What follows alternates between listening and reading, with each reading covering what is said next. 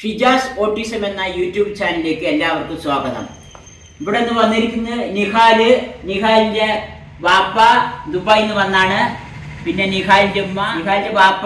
നിഹാലിന് ചെറിയ ഇടുപ്പിന്റെ പ്രശ്നങ്ങളൊക്കെ ഉണ്ട്, ഫിസിയോതെറാപ്പി ചെയ്യാൻ വേണ്ടിട്ട് ഡിസ്ക് സംബന്ധമായ പ്രശ്നമുണ്ട്. അപ്പൊ അതിനൊക്കെ നോക്കണം പറഞ്ഞിട്ട് വന്നാണ് നിഹാലിന്റെ വാപ്പ. ദിവസം പോകുന്നുണ്ട്, അപ്പൊ അതൊന്ന് ക്ലിയർ ആക്കാൻ വന്നതാണ്. ഇപ്പൊ ദിവസമുണ്ട് തെറാപ്പി. എത്ര മണിക്കൂറുണ്ട്? 2 മണിക്കൂർ. 2 മണിക്കൂർ ഇല്ലേ? ഇപ്പൊ അങ്ങനെ സമാധാനം ഉണ്ടാ? അപ്പൊ കുഴപ്പമില്ല. ഇപ്പൊ തെറാപ്പിയും ചെയ്യുന്നുണ്ട്, മരുന്നുണ്ട്. പിന്നെ അത് കുറച്ച് വെയിറ്റ് കുറക്കാൻ വേണ്ടി ഡോക്ടർ പറഞ്ഞിട്ടുണ്ട്. വെയിറ്റ് കുറച്ച് ഒന്നുകൂടി ക്ലിയർ ആവും. നിഹാലിപ്പോ കോളേജിലൊക്കെ ചേർന്നല്ലോ അല്ലെ? വിക്ടോറിയ കോളേജില്. ഏതിനാ നിഹാല ചേർന്നിരിക്കണേ? BA മലയാളം. BA മലയാളം നല്ല കോഴ്സാണ്. ഞാൻ BA മലയാളം ചേർന്നിരിക്കുന്നു. അപ്പൊ കോളേജിൽ പോകാൻ തുടങ്ങിയിട്ടില്ല, തുടങ്ങി. പക്ഷെ എന്താന്ന് അറിയോ, അപ്പത്തേനും മെഡിക്കൽ ലീവ് എടുക്കേണ്ടി വന്നു. ഈ ഇടുപ്പിന്റെ പ്രശ്നത്തിന് ഇനി ഓണം കഴിഞ്ഞിട്ട് പോണമെന്നുണ്ട് ഈ കോളേജിൽ. അപ്പൊ ദിവസം അങ്ങനെ അവിടെ നിന്ന് വരും കോളേജിൽ? അവിടെ ബസ് ഉണ്ട്. സ്കൂൾ ബസ്സാ? കോളേജിന്റെ ബസ്സാ? College bus. അപ്പൊ സുഖമാണ്. അവിടെ നിന്ന് അങ്ങനെ വരിക, കോളേജിൽ ഇറങ്ങുക, കോളേജിൽ നിന്ന് പഠിപ്പ് കഴിയുക, വീട്ടിന്റെ മുന്നിൽ ഇറങ്ങുക. സുഖമാണ് ഇല്ലേ? സുഖമാണ്. കോളേജിലെ ബഡീസ് കുട്ടികളൊക്കെ കണ്ടാ നിഹാലിനെ? കണ്ടു. അവരൊക്കെ എന്ത് പറഞ്ഞ്? അവിടെ ഇൻഡസ്ട്രീനെ കണ്ടു. അവര് വേണ്ട സഹായങ്ങളൊക്കെ ചെയ്തു തരാ പറഞ്ഞ? അവര് വേണ്ട സഹായം ചെയ്തു തന്നു. നിഹാലപ്പം നല്ല ഉഷാറാകണം കേട്ടോ. അതിന് കോളേജിലല്ലേ നല്ല അടിച്ചു പൊളിച്ച് ജാളിയായിട്ട് എല്ലാവരുമായിട്ട് നന്നായി ഇടപഴകുക. എല്ലാവരുമായിട്ട് നന്നായി ഇടപഴകണം, എല്ലാവരുമായിട്ട് നന്നായി സംസാരിക്കുക. നിഹാലിന് ഇഷ്ടമായി കൂട്ടുകാരനെ കിട്ടും കോളേജിൽ നിന്ന്. അതാണ് വിക്ടോറിയ കോളേജിന്റെ ഗുണം. വേറെ ഏത് കോളേജിലും കിട്ടില്ല ഈ സുഖം. നിറയെ കുട്ടികളുണ്ട്, നമ്മുടെ മാതിരി ഓട്ടിസമുള്ള കുട്ടികൾ, അതേമാതിരിയുള്ള കുട്ടികൾ നിറയെ അവിടെ പഠിക്കുന്നുണ്ട്. അവരൊക്കെ വേണ്ട സഹായങ്ങൾ ചെയ്തു തരും.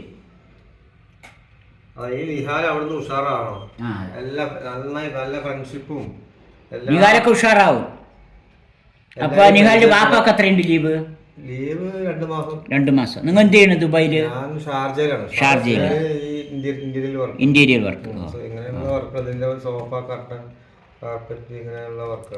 അപ്പൊ ഇടയ്ക്കിടയ്ക്ക് നിഹാലിന്റെ അടുത്തേക്ക് ഓരോ പ്രശ്നങ്ങളാകുമ്പോ വരണം. ഒരു വർഷത്തിന്റെ ഇടയിൽ വരും. നിഹാലിന്റെ കാര്യത്തിന് വേണ്ടി മെയിൻ ആയിട്ട് അതായത് ഇപ്പൊ അവന് ഒരു 4 വയസ്സ് മുതൽ ഇന്ന് വരെ ഞാൻ നിഹാലിന്റെ കാര്യത്തിന് വേണ്ടിയിട്ടാണ് ഗൾഫിൽ നിന്ന് ലീവിൽ വരുന്നത്. ഇവനെ ഹോസ്പിറ്റലിൽ കൊണ്ടുപോകലും, ഇവന് പിന്നെ ഡോക്ടറെ കാണിക്കലും, മറ്റേ തെറാപ്പി, അതേപോലെ സ്പീച്ചിങ് ക്ലാസ്, അങ്ങനത്തെ കാര്യം. വൈഫ് ഓരോ കാര്യങ്ങൾ ചെയ്യും. എങ്കിലും ലാസ്റ്റ് ഒന്ന് വരേണ്ടി വരും. പിന്നെ കൊണ്ടുപോകാൻ, യാത്ര ചെയ്യാനും ഇതിനൊക്കെ ഒറ്റയ്ക്ക് സാധിക്കില്ലല്ലോ കൊടുക്കും. അപ്പൊ അതിന് വേണ്ടിയിട്ട് ഇങ്ങനെ ഒന്ന് വരും, പിന്നെ കാര്യങ്ങൾ ക്ലിയർ ചെയ്യും. എപ്പോഴും നിഹാലിനെ കൂടെ ഇപ്പോഴും ഞാൻ വന്നിരിക്കുന്നത് ഡിസ്ക് സംബന്ധമായ. അപ്പൊ നിഹാലാണ് എയർപോർട്ടിൽ നിന്ന് ഇതുവരെ ഡ്രൈവ് ചെയ്ത് കൊണ്ടുവന്നത്? നിങ്ങൾ വിളിക്കാൻ വന്ന നിഹാലാണ് വണ്ടി ഓട്ടി വന്നതും. പിന്നെ അനിയന്റെ മോനുണ്ടായിരുന്നു കൂടെ. പിന്നെ ഒരു ധൈര്യത്തിൽ അവനെ വിളിച്ചാളെന്ന് പറഞ്ഞിട്ടുണ്ടായിരുന്നു. നിഹാൽ വണ്ടിയൊക്കെ ഓട്ടും. വണ്ടിയൊക്കെ നല്ല എക്സ്പേർട്ട് ഡ്രൈവറാണ്. ഞാൻ ഡ്രൈവ് ചെയ്യണ അവനക്ക് ഇഷ്ടമല്ല. കാരണം നമ്മള് പ്രായമായ മെല്ലല്ലേ പോവുള്ളൂ, 40-50. അപ്പൊ അവനക്ക് സ്പീഡിൽ പോകണം. സ്പീഡ് കൂടുതലാണ്, കുറച്ച് കട്ട് ചെയ്തിട്ടൊക്കെ പോകണം. അതൊന്നും അവനക്ക് നമ്മളിങ്ങനെ കറക്റ്റ് ആയിട്ട് ഇങ്ങനെ പിടിച്ച് ട്രാഫിക് സിഗ്നലോ കറക്റ്റ് ആയിട്ട് നോക്കി നമ്മളെക്കാളും ശ്രദ്ധയാണ്.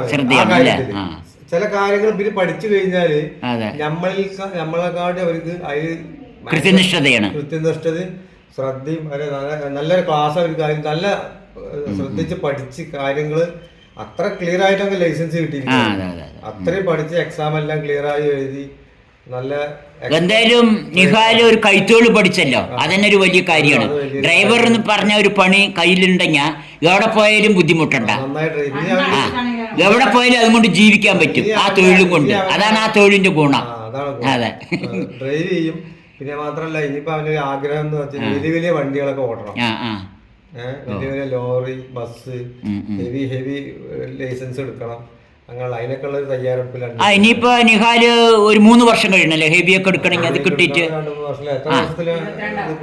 അതെ, അത് കഴിഞ്ഞ് 3 വർഷമൊക്കെയാണ് തോന്നുന്നു. അത് കഴിഞ്ഞ് എല്ലാ വണ്ടിയും നിഹാല് പഠിക്കട്ടെ, ടൈലറ്, അതേമാതിരി എല്ലാ വണ്ടിയും.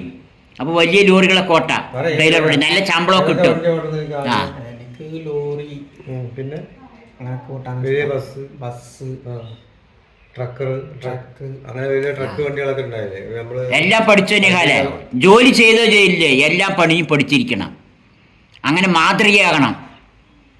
നിഹാൽ എല്ലാം പഠിച്ച് മാതൃക കാണിക്കണം. എന്തായാലും കോളേജ് 3 വർഷമല്ലേ, അത് 4 വർഷം അടിച്ചു പൊളിച്ച് അവിടെ പഠിക്കും. നിഹാല് സാധാരണ മനുഷ്യനെയും വെച്ച് ഉഷാറായിട്ട് വരണം ഈ 4 വർഷം കൊണ്ട് കേട്ടാ.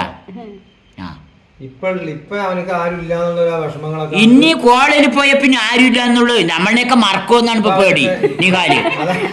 അതപ്പൊ എനിക്കൊക്കെ പേടി, നമ്മളെയൊക്കെ മറക്കുമെന്നാണ്. കോളേജിൽ പോയി കഴിഞ്ഞാൽ അങ്ങനെയാണ് സ്ഥിതി. അവിടെ ചങ്ങാതിയൊക്കെ ആയിട്ട് മറന്നാലും കുഴപ്പമില്ല, നിഹാൽ ഉഷാറായിരിക്കണം. ഞങ്ങൾ മറക്കില്ല, ഞങ്ങൾ നിഹാലിന്റെ പിന്നാലെ ഉണ്ടാവും. ഞങ്ങൾ ശുചിക്കുട്ടനൊക്കെ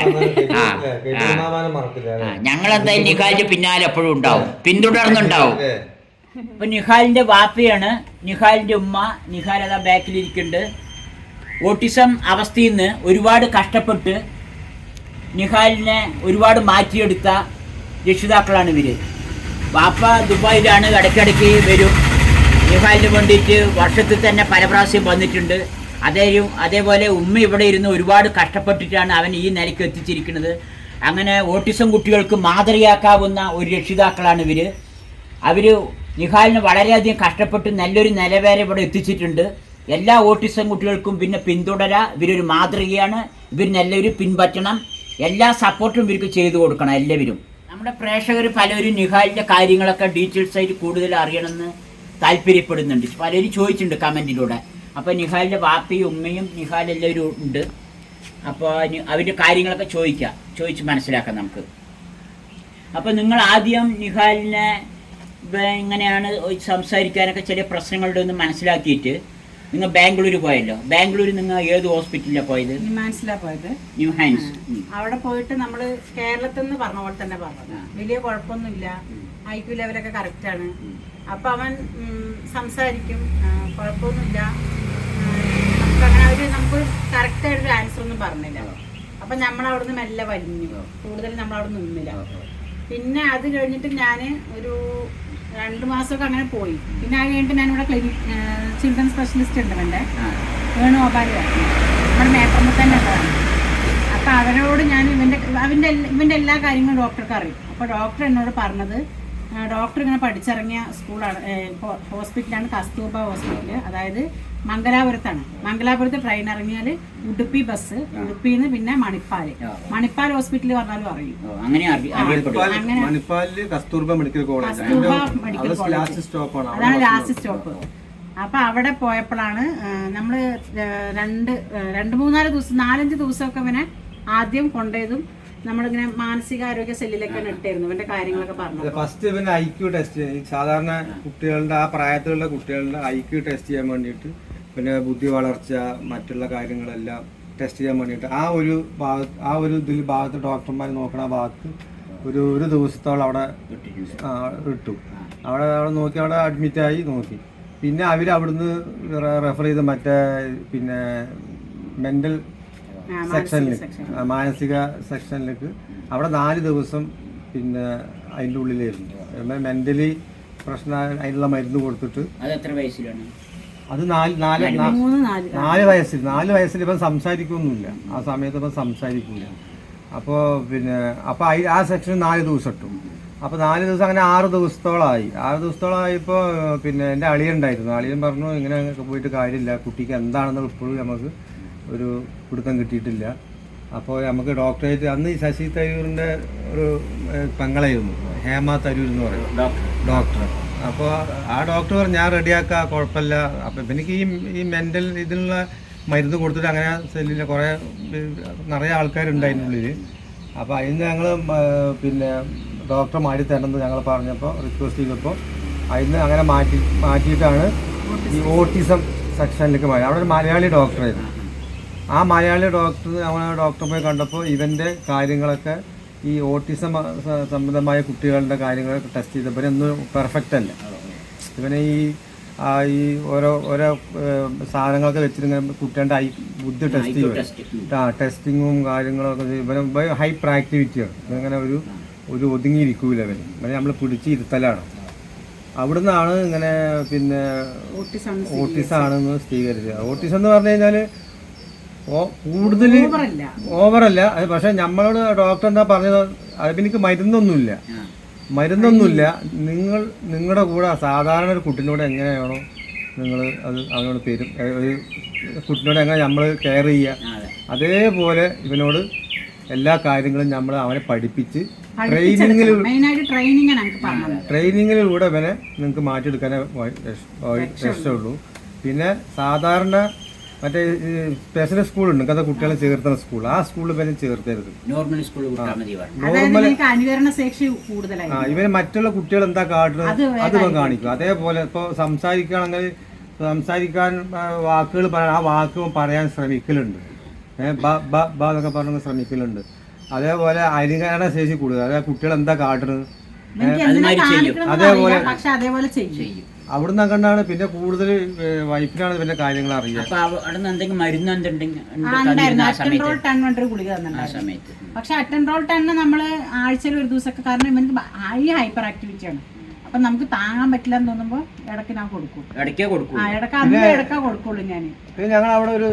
ഡോക്ടറിന് നമ്മളോട് പ്രത്യേകം പറഞ്ഞിട്ടുണ്ടെന്ന് പറയാം, ട്രെയിനിങ് ആണ് മെയിൻ. ട്രെയിനിങ്ങിലൂടെ മാത്രമേ ഇവനെ മുന്നോട്ട് കൊണ്ടുവരാൻ പറ്റുള്ളൂ, അതല്ലാണ്ട് മുന്നോട്ട് കൊണ്ടുവരാൻ പറ്റില്ല എന്ന് ഡോക്ടർ അമ്മയെ പറഞ്ഞിട്ടുണ്ടായിരുന്നു. അപ്പൊ നിങ്ങൾ അങ്ങനെ അവിടെ ഇടയ്ക്കിടയ്ക്ക് പോയി ഇടയ്ക്കിടയ്ക്ക് പോയി വരും.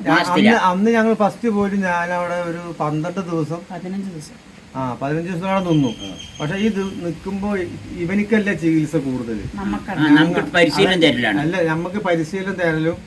ഇത് നമ്മള് ഇങ്ങനെ ഒരു മകനെ നിങ്ങൾക്ക് എത്ര വയസ്സിൽ വിവാഹം കഴിച്ചു ചോദിച്ചു മനസ്സിലാക്കും. നമ്മള് ഈ പഠിക്കുന്ന കുട്ടികളുണ്ടാവുമല്ലോ, പിന്നെ ഇതിലൊക്കെ അവര് പഠിക്കുന്ന കുട്ടികളുണ്ടാവുമല്ലോ, അതായത് എങ്ങനെ വിവാഹം കഴിച്ചു, എത്ര വയസ്സിലെ മക്കളുണ്ടായി.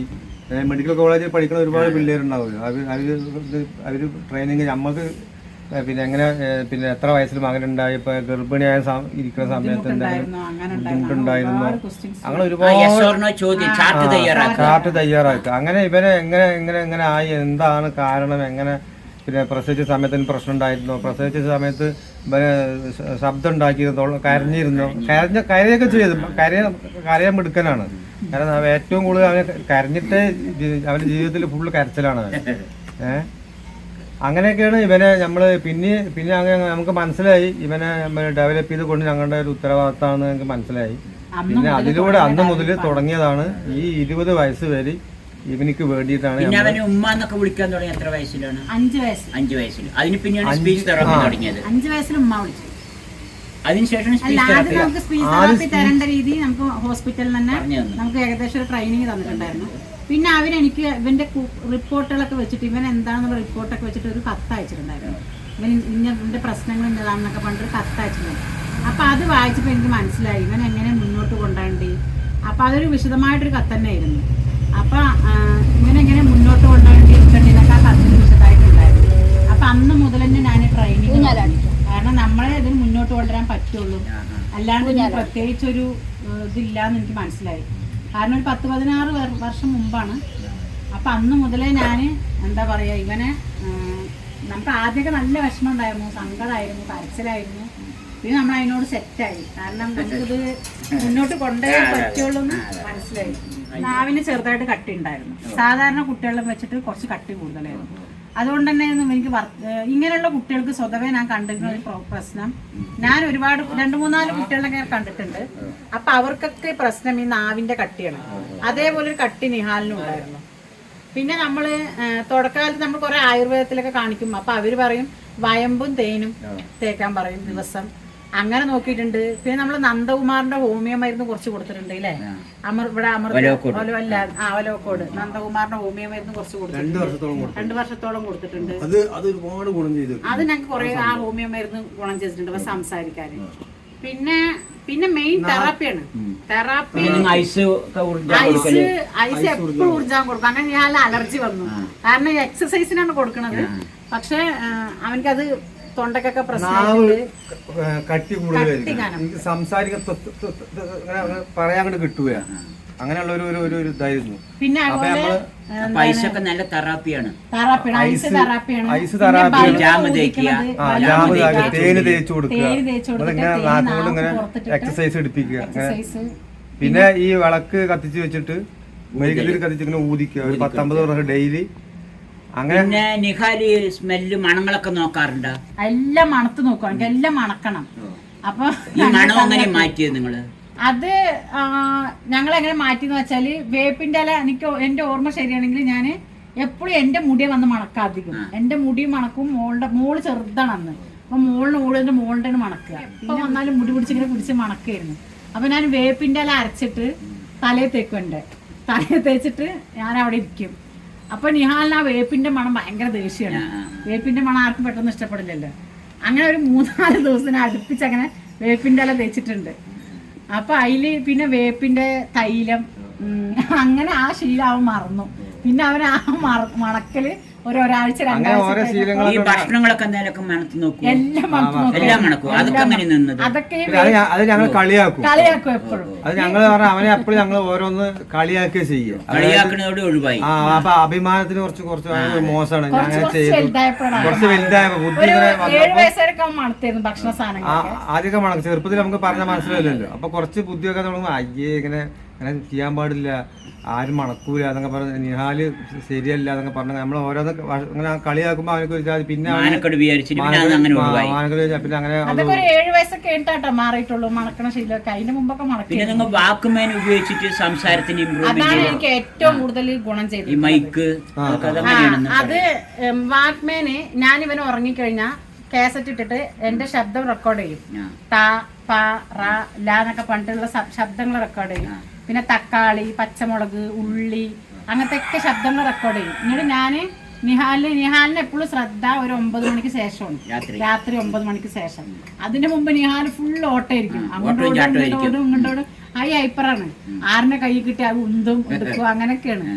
അപ്പൊ ഈ രാത്രി 9 മണിക്ക് നമുക്ക് കുറച്ച് സൈലന്റ് ആയി കണ്ടിട്ടുണ്ട്. അപ്പൊ ഇങ്ങനെയുള്ള മക്കൾക്ക് അങ്ങനെ ഒരു സമയമൊക്കെ ഉണ്ടാവും.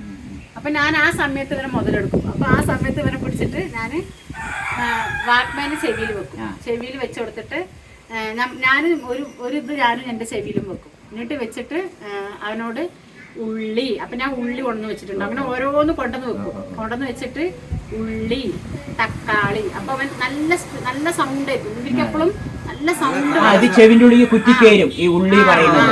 സൗണ്ട് അതായത് ലൗഡ് ആയിരിക്കണം. അങ്ങനെ ആയ മാത്രം ഇവര് ശ്രദ്ധിക്കുള്ളൂ. അല്ലെങ്കിൽ മാത്രമല്ല നമ്മള് മെല്ലെ വിളിച്ചാലും ഇവര് വിളി കേൾക്കൂല. നമുക്ക് ചെവി കേൾക്കാണ്ടാണ് നമുക്ക് തോന്നുന്നത്. പക്ഷെ ചെവി കേൾക്കാണ്ടല്ല, ശ്രദ്ധിക്കില്ല, മൈൻഡ് ചെയ്യില്ല. ചെറിയ സൗണ്ടിന് ചിലപ്പോ പെട്ടെന്ന് തിരിഞ്ഞു പോകും. ഈ ഉള്ളി എന്ന് പറയുമ്പോ ഞാൻ ഉള്ളിനെ വെച്ച് കൊടുക്കുകയാണെങ്കിൽ ഒപ്പം ഈ സൗണ്ട് നിങ്ങളുടെ ചെവിയിലും കയറും ഒരു വയറിലൂടെ. അങ്ങനെയാണ് ഉള്ളി, തക്കാളി, ഉമ്മ എല്ലാരുടെ ഫോട്ടോ ഒക്കെ നിരത്തി അങ്ങനെയാണ് നിഹാലിനെ ഓരോ കാര്യങ്ങൾ മനസ്സിലാക്കി എടുക്കാൻ ശ്രമിച്ചത്. ഫോട്ടോ വെച്ചിട്ടാണ് ഞങ്ങൾ പഠിപ്പിച്ചത്. ബന്ധങ്ങളൊന്നും അറിയാം. എന്റെ ഉമ്മ, എന്റെ ഉപ്പ എപ്പോഴും ദുബായിലും ഉമ്മ പറയും. അങ്ങനെ ഓരോ ആൾക്കാരെ മേമാരുടെ ഫോട്ടോ, ഇവരുടെ അനിയന്റെ ഭാര്യമാരനെ അനിയം അങ്ങനെയൊന്നും പെട്ടെന്ന് എനിക്ക് മനസ്സിലാവില്ല. ആരാണെന്ന് അറിയില്ലല്ലോ. ഇപ്പോഴാണ് അവനിക്ക് ഇതൊക്കെ മനസ്സിലാകാൻ കുടുംബ ബന്ധങ്ങളിൽ ആരാണ് എളാപ്പയാണ്, മൂത്താപ്പയാണ്, ചെറിയപ്പയൊക്കെ മനസ്സിലാക്കാൻ തുടങ്ങിയത്. ഈ 10 വയസ്സ്, 12 വയസ്സ്, 13 വയസ്സിന് ശേഷം. പാട്ട് പാടുവോ? ഇല്ല, പാട്ടൊന്നും പാടില്ല, ശ്രമിച്ചിട്ടില്ല. പാടിയിട്ടൊക്കെ ഉണ്ട്, ചെറിയ 1-2 വരികളൊക്കെ മൂളും. അതെല്ലാം പിന്നെ നിഹാലിന് കല്യാണം, പൊതുചടങ്ങ് ഇതിനൊക്കെ കൊണ്ടുപോകാറുണ്ടോ? ഒരു 12 വയസ്സൊന്നും കുടുംബത്തിൽ കൊണ്ടുപോകാറുണ്ട്. കുടുംബത്തിൽ അക്ബർ ഖാന്റെ പെങ്ങളുടെ മോളുടെ കല്യാണത്തിന് കൊണ്ടുപോയിട്ട് ഇന്നും എന്റെ മനസ്സിലത് ഓർമ്മ ഉണ്ട്. കാരണം ഇവനിക്ക് ചുവപ്പിനോട് ഭയങ്കര ഇൻട്രസ്റ്റ് ആണ്. ഏതാണെങ്കിലും ചുവപ്പ് ഇടുള്ളൂ. ചുവപ്പ് കളറുകളിനോടാണ് ഭയങ്കര ഇഷ്ടം. അപ്പൊ ഈ ഒരു ചുവപ്പ് കളർ ബനിയനല്ലാണ്ട് വേറെ ഒന്നും ഇവനിട്ടില്ല. അപ്പൊ ഇതൊന്ന് ഊരി കിട്ടാൻ, കാരണം ഈ കല്യാണത്തിനൊക്കെ പോകുമ്പോ നിറയെ ആൾക്കാരല്ലേ, അപ്പൊ ഇതൊന്ന് ഊരി കിട്ടാൻ വേണ്ടിയിട്ട് ഞങ്ങള് ഭയങ്കര കഷ്ടപ്പെട്ടിട്ടുണ്ട്. കാരണം ഞാൻ കരഞ്ഞിട്ടുണ്ട് ഇവനതൊന്ന് ഊരാണ്ട്. എന്നിട്ട് ഞങ്ങള് കിണറ്റിന്ന് വെള്ളം കോരിയിട്ട് ഇവന്റെ തലയിൽ കൂടെ ഒഴിച്ചിട്ടുണ്ട്. കാരണം ഇതൊന്നും നനഞ്ഞാലെങ്കിലും ഊരട്ടെ അവർക്ക്. എന്നിട്ട് അക്ബർക്കാർക്ക് ഓർമ്മല്ലത് കിണറ്റിന്ന് വെള്ളം കോരി ഒഴിച്ചിട്ട് എന്നിട്ട് ഞങ്ങൾ തലയിൽ കൂടെ അങ്ങോട്ട് ഉരുണ്ടിട്ട് ഭയങ്കര കരച്ചിട്ട് അക്ബർക്കാർക്ക് ദേഷ്യം വന്നിട്ട് അതുകൊണ്ട് വലിച്ചെറിഞ്ഞു ആ ഷർട്ട് ഊരിയിട്ട്. എന്നിട്ട് അവൻ കരച്ചിലൊന്നുമില്ല. പിന്നെയും ആ ചോപ്പ് എവിടെയാണെന്ന് നോക്കിയിട്ട് നടക്കും അവന്. എവിടെ കൊണ്ട് ഒളിപ്പിച്ചാലും ആ ചോപ്പ് അവൻ എടുത്തിട്ട് വരും. ഓരോ പ്രായത്തില് അങ്ങനത്തെ ശീലങ്ങളാണ്. പിന്നെ ഇപ്പൊ കരാട്ട പഠിക്കാൻ പോയിട്ടുണ്ട്, ഈ ജിമ്മിന് പോയിട്ടുണ്ട്. അത് അപ്പൊ ഒരു ഇതായിരുന്നു, ഇപ്പൊ കരാട്ട പഠിക്കാൻ പോകണം, ബ്ലാക്ക് ബെൽറ്റ് എടുക്കണം. 15 വയസ്സിലൊക്കെ അങ്ങനെയുള്ള ഒരു ഇതൊക്കെ ഉണ്ടായിരുന്നു. പിന്നെ നിഹാലിനെ സ്പെഷ്യൽ സ്കൂളിൽ വിട്ട് നോർമൽ സ്കൂളിൽ വിട്ട് നിഹാലിനെ ഫസ്റ്റ് മുതലേ തുടക്കത്തിലെ ഡോക്ടർ പറഞ്ഞു ഒരു അനുകരണം ഉണ്ടായിരുന്നു നിഹാലിന്. അത് എന്തുകൊണ്ടാ ചെയ്യണമെന്ന് എനിക്കറിയില്ല, മറ്റുള്ള കുട്ടികൾ എന്ത് ചെയ്യണം അത് തന്നെ ചെയ്യും. അപ്പൊ അനുകരണം ഉള്ളത് കൊണ്ട് ഡോക്ടർ പറഞ്ഞു സ്പെഷ്യൽ സ്കൂളിൽ വിടരുത്, സാധാരണ സ്കൂളിൽ വിട്ട് പഠിപ്പിക്കണം പറഞ്ഞു. അപ്പൊ പിന്നെ നമ്മൾ സാധാരണ സ്കൂളിലാണ് പഠിപ്പിച്ചത്. പഠിക്കാൻ അറിവൊക്കെ ഉണ്ട്. ഞാൻ അവനെ വീട്ടിലിരുത്തിയിട്ടാണ് സ്കൂൾ പഠിപ്പിച്ചത്. സ്കൂളും എല്ലാ എഴുത്തും എല്ലാ വായനയും അവന് അത്യാവശ്യം ഇംഗ്ലീഷ് വായിക്കാനും എൻ്റെ വീട് ഞാൻ സ്കൂളാക്കിയിട്ടുണ്ട്. ബോർഡ് കാര്യങ്ങൾ, മൈക്ക്, എല്ലാ കാര്യങ്ങളും ഞാൻ സ്കൂളിൽ എങ്ങനെയാണോ ഒരു പഠിപ്പിക്കുന്നത് അതേ രീതിയിലാണ് എൻ്റെ വീട്ടിൽ പഠിപ്പിച്ചത്. ബോർഡ് എഴുതാൻ, എന്താ പറയുക, ഞാൻ കോപ്പി എഴുതാൻ, സൈറ്റിൽ എഴുതി പഠിപ്പിക്കാൻ, അങ്ങനെ എല്ലാ കാര്യങ്ങളും ഒരു സ്കൂളിൽ നിന്ന് എന്തൊക്കെ പഠിപ്പിക്കണോ അതെല്ലാം ഞാൻ വീട്ടിലിരുന്നിട്ടാണ് നിഹാലിനെ പഠിപ്പിച്ചിട്ടുള്ളത്. അല്ലാണ്ട് ഈ +2 വരെ പോയിട്ട് അവന് സ്കൂളിൽ നിന്ന് എന്ത് പഠിച്ചു ചോദിച്ചാൽ ഒന്നുമില്ല എന്ന് തന്നെ പറയാം. കാരണം ഈ കേരളത്തിൽ ഇങ്ങനത്തെ കുട്ടികളെ പഠിപ്പിക്കാൻ പ്രത്യേക ടീച്ചറോ മാഷോ, പക്ഷെ പ്രത്യേക പരിശീലനമുള്ള ടീച്ചർമാരൊക്കെ ഉണ്ട്. അവര് വന്നാലും അത്ര ശ്രദ്ധിക്കാറില്ല അവരിനെ. അതാണ് ഗവൺമെന്റ് പറയുമ്പോ അങ്ങനെയാണ്. മാത്രമല്ല ഇങ്ങനത്തെ കുട്ടികള് ടീച്ചർമാര് പറയും ഉറങ്ങിക്കോട്ടെ.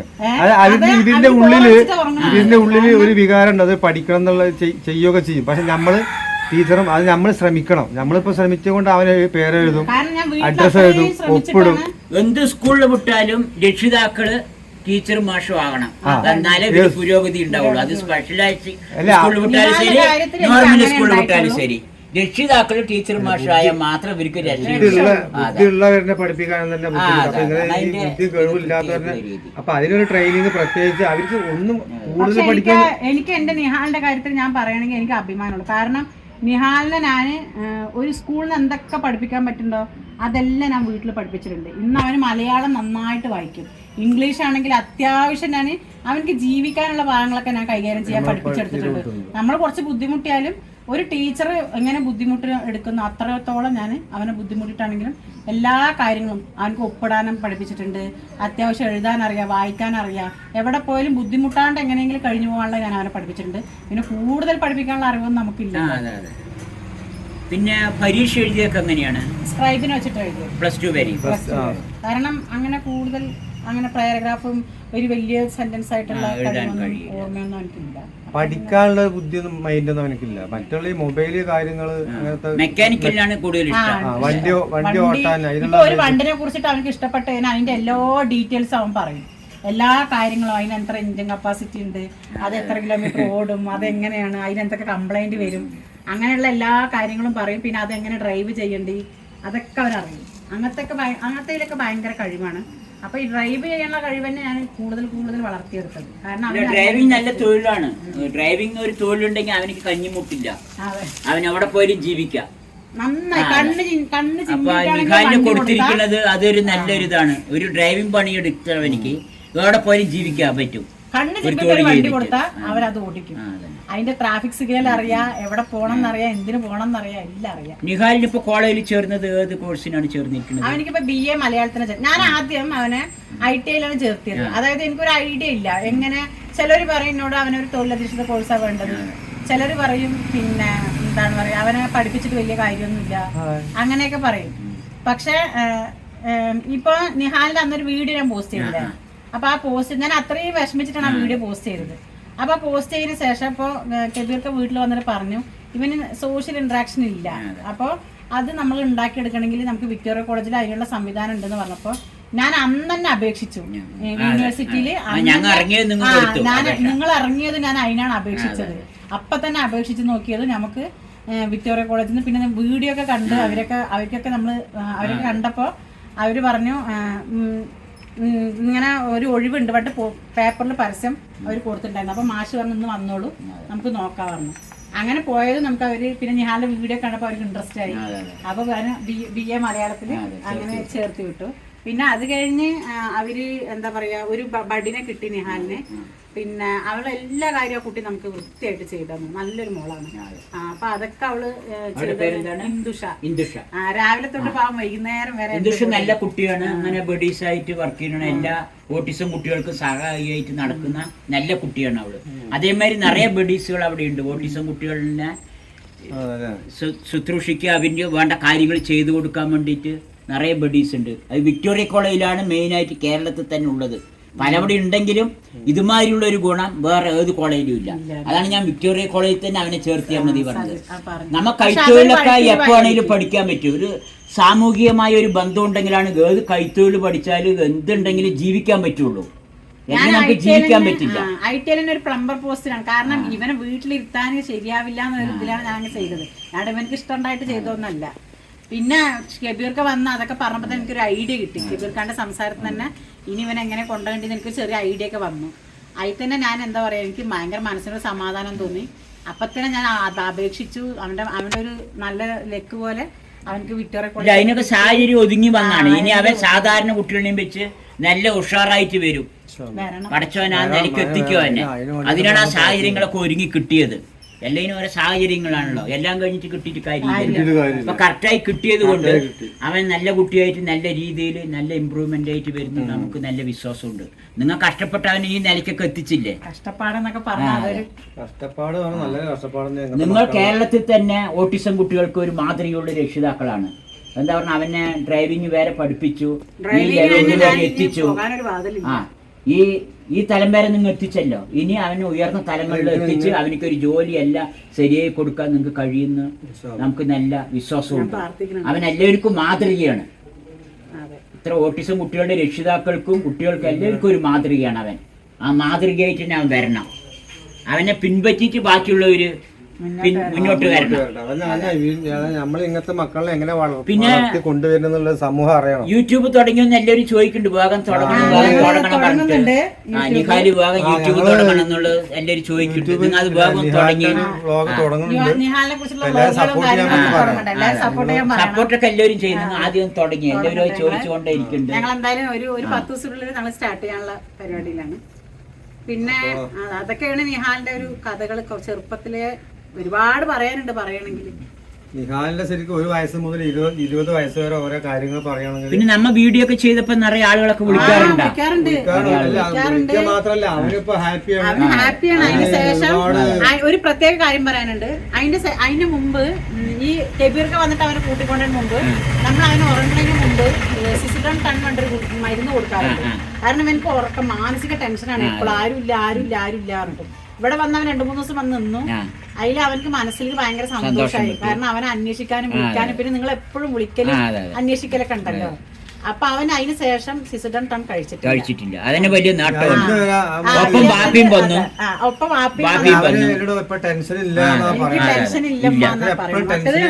എന്നും അവനക്ക് ടെൻഷനാണ്. അല്ലെങ്കിൽ അവൻ എനിക്ക് ഗുളിക പോകണം, അല്ലെങ്കിൽ ഞാൻ തലയൊക്കെ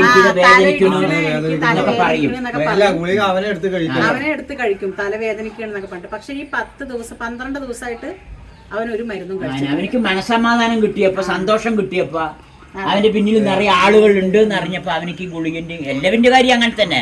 നമ്മ സാധാരണ ആളുകൾക്കും അങ്ങനെ തന്നെ. നമ്മുടെ പിന്നാലെ നിറയെ ആളുണ്ട്, നമ്മളെ സപ്പോർട്ട് ചെയ്യുന്ന ആളുണ്ട്. നമുക്കെല്ലാം സമാധാനം ഉണ്ടെങ്കിൽ നമുക്കും ഗുളിക വേണ്ട, അല്ലെങ്കിൽ നമ്മളും ഗുളിക കഴിക്കണം.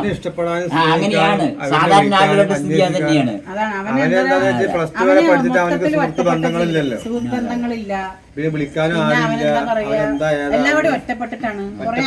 സമൂഹത്തിൽ എപ്പോഴും ഇന്നത്തെ മക്കൾ സമൂഹത്തിൽ എപ്പോഴും ഒറ്റപ്പെട്ടുകൊണ്ടാണ് ഈ സമൂഹം അവനെ അകത്തി നിർത്തും. അതും കൂടെയൊക്കെയാണ് ഇങ്ങനത്തെ അത് സമൂഹം ഒരുപാട് മാറി വരണം. അതൊക്കെ സ്കൂൾ തലത്തിലും കോളേജ് തലത്തിലൊക്കെ ഈ മദ്രസ അധ്യാപകന്മാര്, അതേമാതിരി സ്കൂളിലെ അധ്യാപകന്മാര്, ഇവരൊക്കെ പുതിയ തലമുറയിൽ മാറ്റി ഉണ്ടാക്കിയെടുക്കണം. ഇത്തരം കുട്ടികളെ സ്നേഹിക്കണം, അവന് ബഹുമാനിക്കണം, അങ്ങനെ കൊണ്ടുവരണമെന്ന്. അവിടെ നിന്ന് മാറ്റം ഉണ്ടായാലേ പുതിയ തലമുറയിൽ ഇനി മാറ്റം ഉണ്ടാവുള്ളൂ. എല്ലാതൊന്നും വരില്ല. അങ്ങനെ മാറ്റങ്ങൾ ഉണ്ടാകണം. ഇന്നത്തെ മക്കൾ ഇനി ഉണ്ടായില്ല എന്ന് പറയാനൊന്നും പറ്റൂല. കൂടിക്കൂടി വരികയാണ്. ഇപ്പൊ ഷിജാസിന്റെ കാലഘട്ടത്തില് 20 വർഷം മുമ്പ് 1000-ൽ കുട്ടിയാണ്. ഇപ്പൊ 60-ൽ കുട്ടിയാണ്. അതാ പറയണത്. അപ്പൊ ഇനി വരുന്തോറും കൂടും. അപ്പൊ ഇതിനൊക്കെ മാറ്റം എന്തായാലും ഉണ്ടായാലേ പറ്റുള്ളൂ.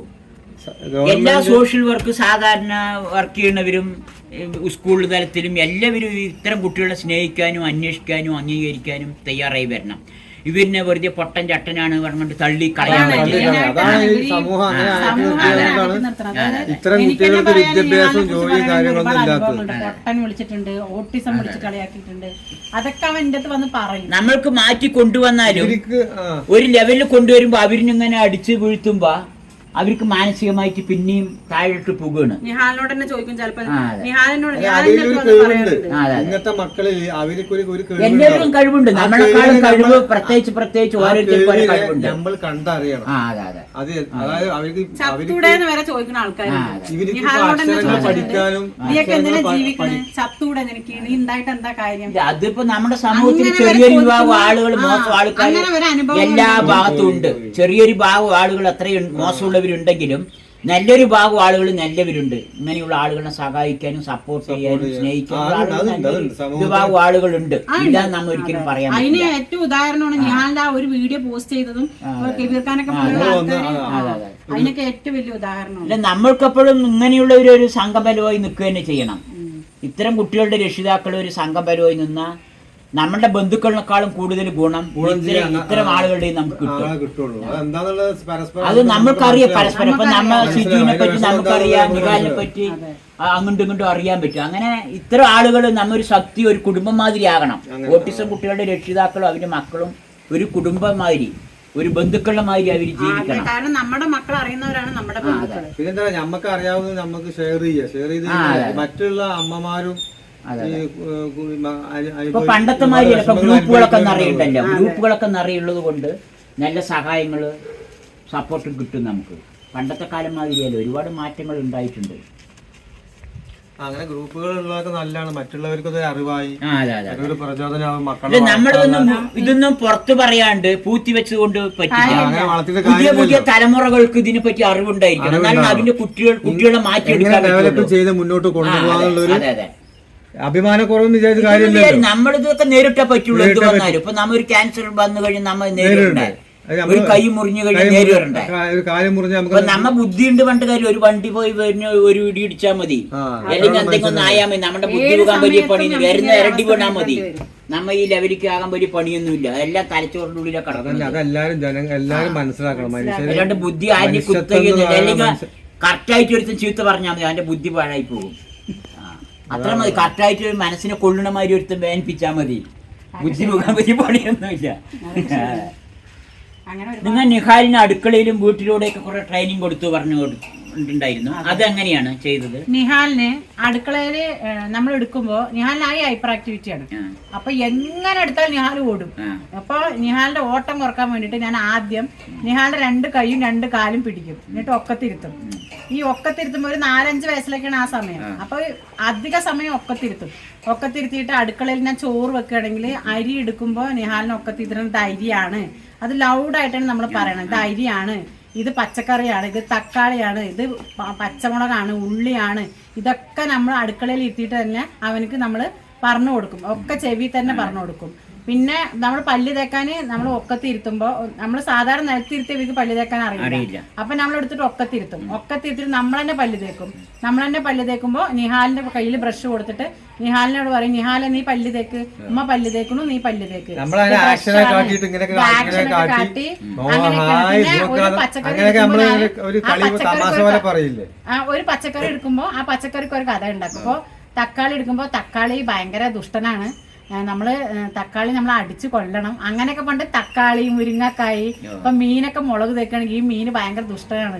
അപ്പൊ ഈ മീൻ നമുക്ക് മുളക് തേച്ചിട്ട് നമുക്ക് പൊരിക്കാം നിഹാൽ, എന്നിട്ട് നമുക്ക് അതിനെ തിന്നാന്നൊക്കെ പറഞ്ഞിട്ട്. അപ്പൊ നിഹാലിന് ഭയങ്കര ഇൻട്രസ്റ്റ് ആയിരിക്കും. അങ്ങനെ അയില ഏതാണ്, മത്തി ഏതാണ്, അങ്ങനെ ഓരോ മീനുകൾക്കും ഓരോ കഥകൾ ഉണ്ടാവും. നിഹാലിന്റെ ചെറുപ്പം മുതൽ ഇതുവരെ നമുക്ക് പറയാൻ കഥകൾ തന്നെ ഉള്ളൂ. ഒരുപാട് കഥകളാണ് പറയാനുള്ളത്. എല്ലാത്തിനും ഒരു കഥ.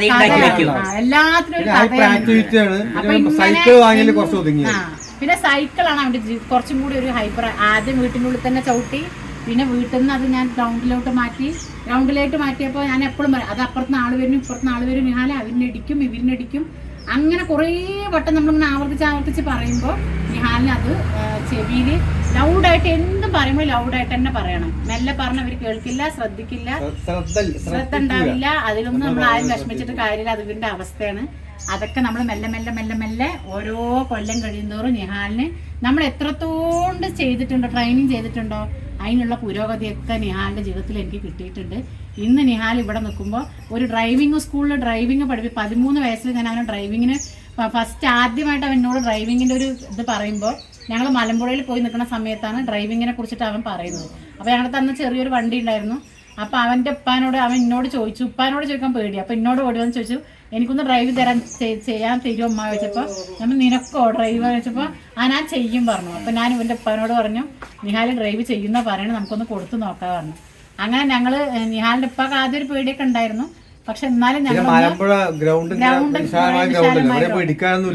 അങ്ങനെ ഞങ്ങൾ വണ്ടി അങ്ങോട്ട് കൊടുത്തു. വണ്ടി കൊടുത്തപ്പോ ഒരു സാധാരണ ഡ്രൈവർ എങ്ങനെയാണോ വണ്ടി അതേപോലെ അവൻ ഞങ്ങളെ അതിശയിപ്പിച്ചുകൊണ്ടാണ് ആദ്യമായിട്ട് വണ്ടി ഓട്ടിയത്.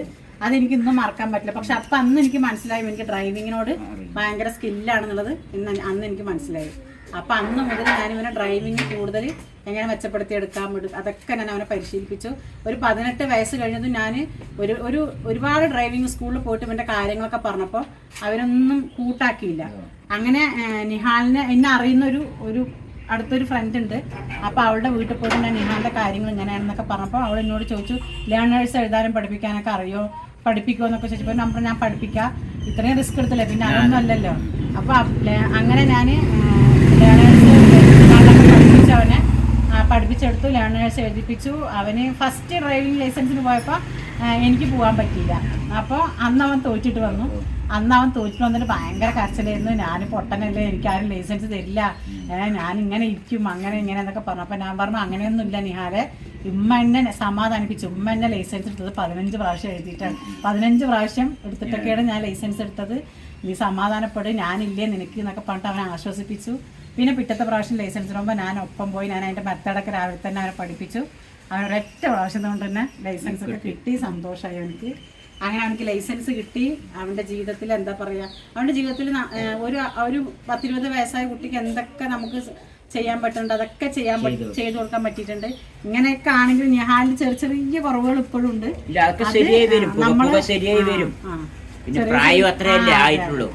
അപ്പൊ അങ്ങനെയൊക്കെയുള്ള ചെറിയ കുറവുകളുണ്ട്. പിന്നെ മൈക്കൊക്കെ അവന് ഒരുപാട് ഉപകാരപ്പെട്ടിട്ടുണ്ട്. മൈക്കിലൊക്കെയാണ് ഞാൻ ഇവനെ പഠിപ്പിക്കുക. മൈക്കില് കാരണം അത്രയും ശബ്ദത്തിലാണ് പഠിപ്പിക്കുക. മൈക്കിൽ ബോർഡിൽ എഴുതിയിട്ട് താ പാ റാ എന്നൊക്കെ പറഞ്ഞിട്ട് ഞാൻ എൻ്റെ സൗണ്ടൊക്കെ ഇത്രയും എൻ്റെ സൗണ്ടൊക്കെ ഇങ്ങനെ ആയത് നിഹാലിനെ പഠിപ്പിച്ചിട്ടാണെന്ന് പറയാം. കാരണം നമുക്ക് സ്കൂളുകളിൽ നിന്നൊന്നും അവനക്ക് അങ്ങനെ ഒരു ട്രെയിനിങ് കിട്ടിയിട്ടില്ല. അപ്പം ഞാൻ തന്നെ വീട്ടിൽ മൈക്കൊക്കെ വെച്ച്, പിന്നെ അത് ഇവനിക്കൊരു ചിരിയായി. ആ മൈക്കൊക്കെ എടുത്തിട്ട് ഞാൻ ചിരി. അപ്പം ഇവനും അതേപോലെ ഏറ്റു പറയാൻ തുടങ്ങി, ഏറ്റു പാടാൻ തുടങ്ങി. അങ്ങനെ നിഹാലിന്റെ കഥ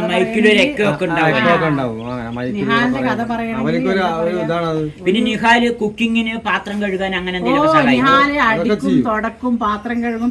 അവന്റെ ഡ്രസ്സ് അവന്റെ ബാത്റൂം അവൻ കഴുകണം, അല്ലെങ്കിൽ ഞാൻ പ്രശ്നം ഉണ്ടാക്കും. അവന്റെ ഡ്രസ്സ് അവൻ അലക്കണം, ഞാൻ പ്രശ്നം ഉണ്ടാക്കുന്നെങ്കിൽ. കാരണം അവനൊരു സാധാരണ കുട്ടിയെ പോലെ ആക്കണം എന്റെ വാശിയായിരുന്നു. ഇവിടെ ഇരുന്നപ്പോഴും നമ്മളൊക്കെ മനസ്സിലാക്കിയാണ് നിഹാല് എല്ലാം കൂടെ കറക്റ്റായിട്ട് ചെയ്ത് അവന്റെ തുണികളൊക്കെ തിരുമ്പി ഉണക്കാനുണ്ടല്ലോ, ഇതൊക്കെ നമ്മ കണ്ടിട്ടുള്ളത്. അവനൊരു സാധാരണ കുട്ടി എങ്ങനെയാണ് അതിനേക്കാൾ പെർഫെക്റ്റ് ആയി വളർത്തണമെന്ന് എന്റെ ആഗ്രഹം. അപ്പൊ അത് ഏകദേശം നമുക്ക് അവനെ ഇവിടെ ഇരുന്നിട്ടപ്പോ ഒരു ബുദ്ധിമുട്ടൊന്നും ഞങ്ങൾക്ക് ഉണ്ടായില്ല. അവന്റെ കാര്യം എന്തെങ്കിലും നോക്കണം എന്ന ഒരു ബുദ്ധിമുട്ടും നമുക്കില്ല. അവന്റെ പാട്ടില് എല്ലാവരും മാതിരി അവനും ജീവിച്ചു പോകണം, അത്ര തന്നെ ഉള്ളൂ. ഒരു ബുദ്ധിമുട്ടും അവനെ കൊണ്ടുണ്ടായി. നമ്മള് പറയണേ അവന്റെ കഥ പറയണമെങ്കിൽ ഒരുപാട് പറയാനുണ്ട്. പക്ഷെ എന്നാലും എന്താ പറയാ, എന്നാലും നമുക്ക് യൂട്യൂബ് ചാനൽ തുടങ്ങുന്നുണ്ടല്ലോ, അപ്പൊ എല്ലാരും സപ്പോർട്ട് ചെയ്യും. അത് മാത്രല്ല, പിന്നെ അതിലൂടെ എനിക്ക് ഒരു വയസ്സ് മുതൽ ഇവന് 20 വയസ്സ് വരെ നമ്മൾ എങ്ങനെ അങ്ങനെ ഓരോ പാർട്ടായിട്ട് നമുക്ക് മറ്റുള്ളവർക്ക് അതൊരു പ്രചോദനമാവും. പറഞ്ഞു ഇങ്ങനെയുള്ള മറ്റുള്ളവർക്ക് ഉപകാരപ്പെടണം, മറ്റുള്ളവർക്ക് ഉപകാരപ്പെടണം. മറ്റ് ജനങ്ങള് ഇത്തരം കുട്ടികൾ ഇങ്ങനെ സമൂഹത്തിൽ ഇങ്ങനെ ഒരു വിവാഹം ജീവിക്കുന്നുണ്ട് എന്നുള്ളത് അവര് അറിഞ്ഞ് ബോധ്യപ്പെടണം. അതിങ്ങനെ അതിപ്പോ ഇങ്ങനെയുള്ള മാറിയെടുത്ത കുട്ടികളിനെ കൊണ്ടൊക്കെ ഇതൊക്കെ കൊണ്ടുവരാൻ പറ്റുള്ളൂ. ഇങ്ങനെയുള്ള മാറി വന്ന കുട്ടികളിനെ വെച്ചിട്ടാണ് നമ്മൾ യൂട്യൂബൊക്കെ തുടങ്ങി സാധാരണ ജനങ്ങളിൽ എത്തിച്ച് ഇങ്ങനെ ഒരു വിഭാഗം നമ്മുടെ അടിയിൽ ജീവിക്കുന്നുണ്ടെന്ന് ഇപ്പോഴും അറിയാത്ത ആളുകളുണ്ട്. ഓട്ടിസം എന്താണെന്ന് അറിയാത്ത ആളുകളുണ്ട്. അവർക്കും കൂടി നമ്മ ബോധവൽക്കരണം ഉണ്ടാക്കേണ്ടത് ആവശ്യമാണ്. പല ഭാഗത്ത് ഇവർക്ക് അവഗണനയാണ്. ഓട്ടോമൊബൈലിന് ഭയങ്കര ഇൻട്രസ്റ്റ് ആണ്. ഇപ്പൊ കാറിന്റെ കാര്യം, വണ്ടിന്റെ കാര്യം, ബൈക്കിന്റെ കാര്യം പറയുമ്പോൾ എനിക്ക് ഭയങ്കര ക്യൂരിയോസിറ്റി ഇതിനെ കുറിച്ചിട്ടൊക്കെ അറിയാൻ. അപ്പൊ ഞാൻ ഇവനെ ഓട്ടോമൊബൈലിന് എന്തെങ്കിലും ചേർത്താൻ പറ്റുമോ നോക്കാൻ വേണ്ടിട്ട് ITI പോയി. അപ്പോൾ അവർ നമ്മളോട് പെട്ടെന്ന് തന്നെ അതിനുള്ള ആൻസർ പറഞ്ഞു. 60% ഇവൻ്റെ സർട്ടിഫിക്കറ്റിലുണ്ട്, ഡോക്ടറിൻ്റെ ഒരു നിർദ്ദേശം ഇല്ലാണ്ട് ചെയ്യാൻ പറ്റില്ല എന്നൊക്കെ പറഞ്ഞു. പിന്നെ ഞാൻ ഇന്ന് ഡോക്ടർ വരുമ്പോൾ ഞങ്ങളെ വിളിക്കുമോ എന്നൊക്കെ ചോദിച്ചു. അപ്പോൾ അവർ വിളിക്കാന്നൊക്കെ പറഞ്ഞെങ്കിലും അങ്ങനെ ഒരു ഡോക്ടർ വന്നിട്ടില്ല, അങ്ങനെയൊന്നും വിളിച്ചില്ല. പിന്നെ അവരിന്നെ വിളിച്ചത് ആശാരി പോസ്റ്റിലേക്ക് ചെയ്യാൻ പറഞ്ഞിട്ടാണ്. ആശാരി നിഹാലായിട്ട് ഒരു ബന്ധമില്ല. പിന്നെ നമ്മൾ അങ്ങനെ പഠിപ്പിച്ചിട്ട് കാര്യമില്ലല്ലോ. പ്രൈവറ്റായിട്ട് പോയപ്പോഴും അത് തന്നെയാണ് പറഞ്ഞത്. പിന്നെ അതേപോലെ തന്നെ നമുക്ക് എന്താ പറയുക, അങ്ങനെ ഓരോ ഭാഗത്ത് ഇപ്പോൾ ഞാൻ എംപ്ലോയ്മെൻറ്റ് രജിസ്റ്റർ ചെയ്യാൻ പോയപ്പോഴും ഈ 60% ഉള്ളത് കൊണ്ട് നിഹാലിന് അങ്ങനെ 60% ഉണ്ടെങ്കിൽ അവൻ നമ്മൾ സാധാരണ ഒരു മനുഷ്യൻ എന്തൊക്കെ ചെയ്യണോ അതെല്ലാം അവൻ നമ്മൾ പഠിപ്പിച്ചിട്ടുണ്ട്. അവനക്ക് അങ്ങനെ ഒരു ജോലി സാധ്യതയൊക്കെ ഇല്ലാന്നൊക്കെ പറയുമ്പോൾ നമുക്ക് സങ്കടം തന്നെയാണ്. പക്ഷെ എന്നാൽ നമുക്ക് മുന്നോട്ട് പോകണമെന്നല്ലേ പറ്റുള്ളൂ. അപ്പൊ നമ്മൾ അതിന് പ്രയത്നിക്കുക. അല്ല, ഇത്തരം കുട്ടികൾക്ക് സംഭരണവും ഇതൊക്കെ ഗവൺമെന്റ് ആണ് ഉത്തരവാദിത്വമാണ്, ഗവൺമെന്റ് ഏർപ്പെടുത്തേണ്ട ഉത്തരവാദിത്വമാണത്. നമുക്ക് കുട്ടികളെ പഠിപ്പിച്ച് മുന്നോട്ട് കൊണ്ടുവരാനേ പറ്റുള്ളൂ. ഇപ്പൊ കണ്ണ് കാണാത്ത കുട്ടികൾക്ക്, ചെവി കേൾക്കാത്ത കുട്ടികൾക്ക്, അതേമാതിരി നടക്കാൻ പറ്റാത്ത കുട്ടികൾക്ക് ഇവർക്കൊക്കെ സംഭരണമുണ്ട്. ഓട്ടിസം കുട്ടികൾക്ക് സംഭരണമുണ്ട് പറയുകയാണെങ്കിൽ അത് ശരിക്കും പ്രത്യക്ഷത്തിൽ എവിടെയും കിട്ടാറില്ല. അതിനുള്ള സംവിധാനം ഗവൺമെന്റാണ് ചെയ്തു തരേണ്ടത്. അതെ അതെ, ഗവൺമെന്റ് തന്നെ ചെയ്യണം. പല കാര്യങ്ങളിലും അങ്ങനെ എന്താ പറയാ, നമ്മൾ അവരെ അവഗണിച്ച് മാറ്റി നിർത്താൻ പറ്റില്ല എന്നാണ് എനിക്ക് പറയാനുള്ളത്. കാരണം അവരിൽ ഒരുപാട് കഴിവുകൾ. ഇത്തരം മാറി വന്ന കുട്ടികളൊക്കെ നമ്മുടെ ഇടയിൽ ജീവിക്കണ്ടേ? അവർക്കും ജീവിക്കണല്ലോ. എന്റെ അറിവിൽ തന്നെ ഉണ്ട് അങ്ങനെ മാറി വന്ന ഒരുപാട് മാറി വന്ന കുട്ടികളുണ്ട്. ഇവരൊക്കെ ഇവിടെ ജീവിക്കണല്ലോ. ഒന്നും ചെയ്യാതിരിക്കുന്ന ഒരുപാട് ആൾക്കാരുണ്ട്, ഇതിനെ കുറിച്ചൊന്നും അറിയാതെ. അപ്പൊ അവരൊക്കെ ഇങ്ങനെയുള്ള വീഡിയോകളും ഇങ്ങനെയുള്ള അറിവിലൂടെ വാട്സപ്പ് ഇങ്ങനെ കൂട്ടായ്മയിലും കൂടിയൊക്കെ അറിഞ്ഞ് ഇങ്ങനെയുള്ള കുട്ടികളെ ഓരോ കാര്യങ്ങൾക്ക് മുന്നോട്ട് കൊണ്ടുവരണം, പഠിപ്പിക്കണം, വിദ്യാഭ്യാസം കൊടുക്കണം. സമൂഹത്തിൽ നിന്ന് ജീവിക്കണമെങ്കിൽ മണ്ടന്മാരായി ജീവിക്കാൻ കാര്യമില്ല. അത്യാവശ്യം എല്ലാവരും ബോധവൽക്കരണം ഉണ്ടായിരിക്കണം. എല്ലാവർക്കും ബോധം ഉണ്ടായിരിക്കണം. അവകാശങ്ങൾ നമ്മ മനസ്സിലാക്കിയിരിക്കണം. സ്കൂളിലായാലും നമ്മള് ഇന്നത്തെ മക്കൾക്ക് ഒരു പ്രത്യേക പരിഗണന നമ്മൾ ഗവൺമെന്റ് ഹൈസ്കൂള് കൊടുക്കേണ്ട വേണം. ഇവർക്കുള്ള ടീച്ചർമാര്, മാഷന്മാര്, അങ്ങനെ ഗവൺമെന്റ് സ്കൂളിൽ പോയാൽ തന്നെ അവര് ഉറങ്ങണമെങ്കിൽ ഉറങ്ങിക്കോട്ടെ, നിങ്ങൾ എപ്പോഴും പറഞ്ഞേക്കണമെന്നില്ലാട്ടോ. അങ്ങനെ എപ്പോഴും ഉറങ്ങണ കുട്ടിയല്ലേ. അപ്പൊ നിങ്ങൾ അങ്ങനെ എപ്പോഴും പറഞ്ഞേക്കണമെന്നൊന്നും ഇല്ലാട്ടോ. സ്കൂളിലോട്ട് പല ടീച്ചർമാരെന്നോട് എന്തോ ചെല്ലാൻ പറഞ്ഞു രാവിലെ പകല് പ്രതിജ്ഞ എല്ലാം പറഞ്ഞു. ഇവര് എപ്പോഴും ഉറങ്ങണ കുട്ടിയല്ലേ. പ്രതിജ്ഞ അല്ലേ അപ്പൊ അവര് പറഞ്ഞു കൊടുക്കും. പ്രതിജ്ഞ 7ാം ക്ലാസ്സിലായിരുന്നു അന്ന് തോന്നുന്നു. അപ്പൊ ഇവന് എപ്പോഴും ഇങ്ങനെ എന്താ പറയാ അസാൾട്ടായ കുട്ടിയാണ്. പഠിക്കാത്ത കുട്ടി, ഇങ്ങനെ നടക്കുന്ന കുട്ടി, ഉറങ്ങണ കുട്ടിയല്ലേ. പ്രതിജ്ഞ അല്ല, നിഹാല് പ്രതിജ്ഞ ചെല്ലോ ചോദിച്ചു മാഷ്. അപ്പൊ പറഞ്ഞത്ര